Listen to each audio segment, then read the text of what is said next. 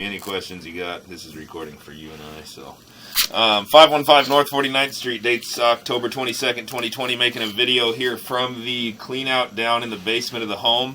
I'm sitting out at the Seattle City main, running up and down 49th right now. Zeroed out the footage here. We're going to come back from this point. Everything back from the main is the responsibility of the homeowner.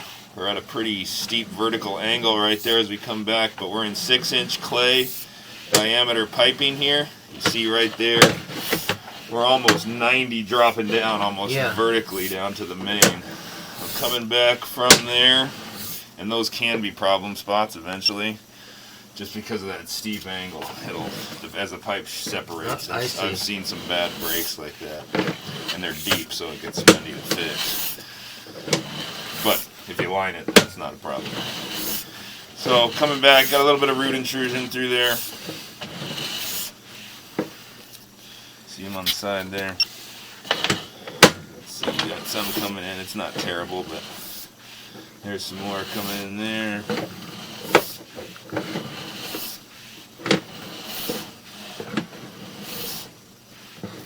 That's actually a broken section of pipe there, where that root's coming in.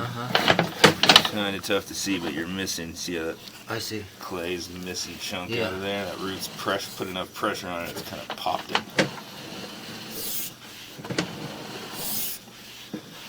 Same thing there, that clay is starting to separate from that root. That's why you're here. Yep.